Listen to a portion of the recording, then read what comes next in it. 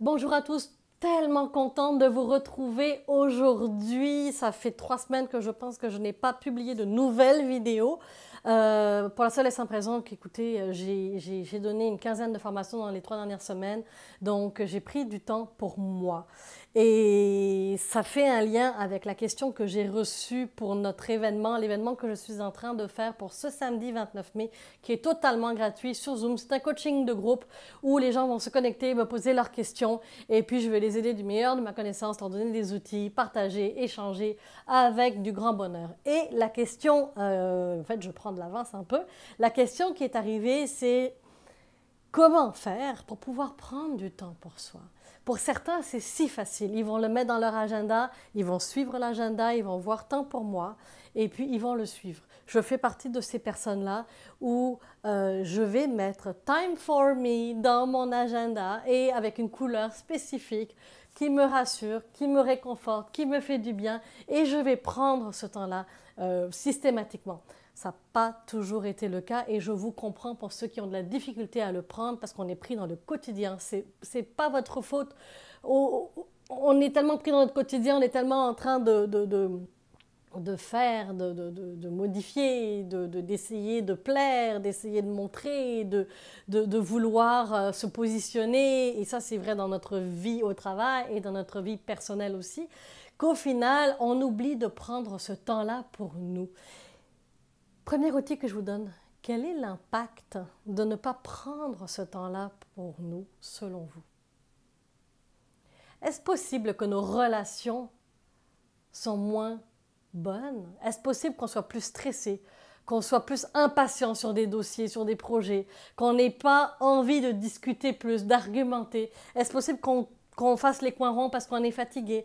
Est-ce possible aussi que lors d'une négociation, on n'a pas envie de traîner et que finalement on est moins en écoute, empathique, bienveillance, on est moins en expérience client? Même chose à la maison, est-ce possible aussi que le fait de ne pas prendre ce temps-là pour nous ne nous met pas dans cette disposition intérieure d'accueillir nos enfants après l'école parce qu'on est dans je dois avancer, il y a le repas à faire, il y a ceci, il y a cela, il y a toujours quelque chose à faire.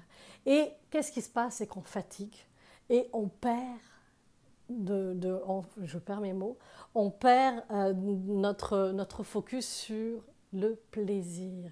On vit au quotidien, tous les jours, comme si c'était la même journée qui revenait. Ce n'est pas la même journée que l'on est en train de vivre, je peux vous assurer. Et je peux vous assurer que dans 2 ans, dans 5 ans, dans 10 ans, vous allez regarder en arrière en disant « je n'ai pas assez profité ». Veillez à ce que ça n'arrive pas. Profitez. Et ce que j'ai envie de vous dire, et la conclusion de ces 3 dernières semaines où j'ai eu le grand bonheur de partager avec des gens merveilleux, c'était de réaliser à quel point ils étaient stressés et à quel point ils avaient perdu de vue leur plaisir au travail, leur plaisir dans leur vie.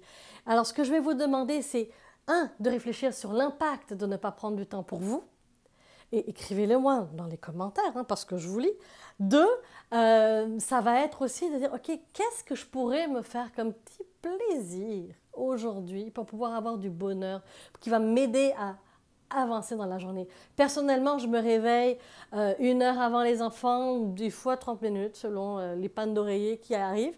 Mais je vais prendre ce temps-là pour moi. Puis la même chose, j'ai une routine d'à peu près 45 minutes, 1 heure avant de me coucher, où je coupe les réseaux, je coupe la télé et j'écris, je me mets en mode disposition interne. Et entre-temps, c'est aussi du plaisir pour moi d'aller marcher, d'aller écouter les oiseaux, d'aller regarder le vent dans les branches. Pour moi, c'est mes plaisirs. Je ne dis pas que c'est le fun pour vous, je ne dis pas que c'est ça que vous devez faire. Quel est votre plaisir? Ça peut être d'aller marcher avec votre ami dans votre oreille en train de discuter. Ça peut être d'aller cuisiner votre repas préféré, de vous acheter des sushis. Peu importe, c'est quoi le plaisir que vous pouvez vous donner pour pouvoir récupérer du bonheur et du plaisir à travers ça, pour tranquillement avoir la sensation de nourrir ce plaisir intérieur-là, ce feu intérieur-là qui va faire que vous allez pouvoir donner du cœur à vous. Et si vous vous en donnez à vous, vous allez être beaucoup plus enclin à le donner aux autres, de manière bienveillante, au travail, aux alentours de vous, avec les amis et avec la famille. Alors je vous dis à la prochaine inspiration. Et pour ceux qui veulent me rejoindre samedi matin à 9 h, 15 h en France si je ne me trompe pas, le lien est quelque part autour de la vidéo. Alors inscrivez-vous, puis il me fera plaisir, c'est totalement gratuit. Ciao!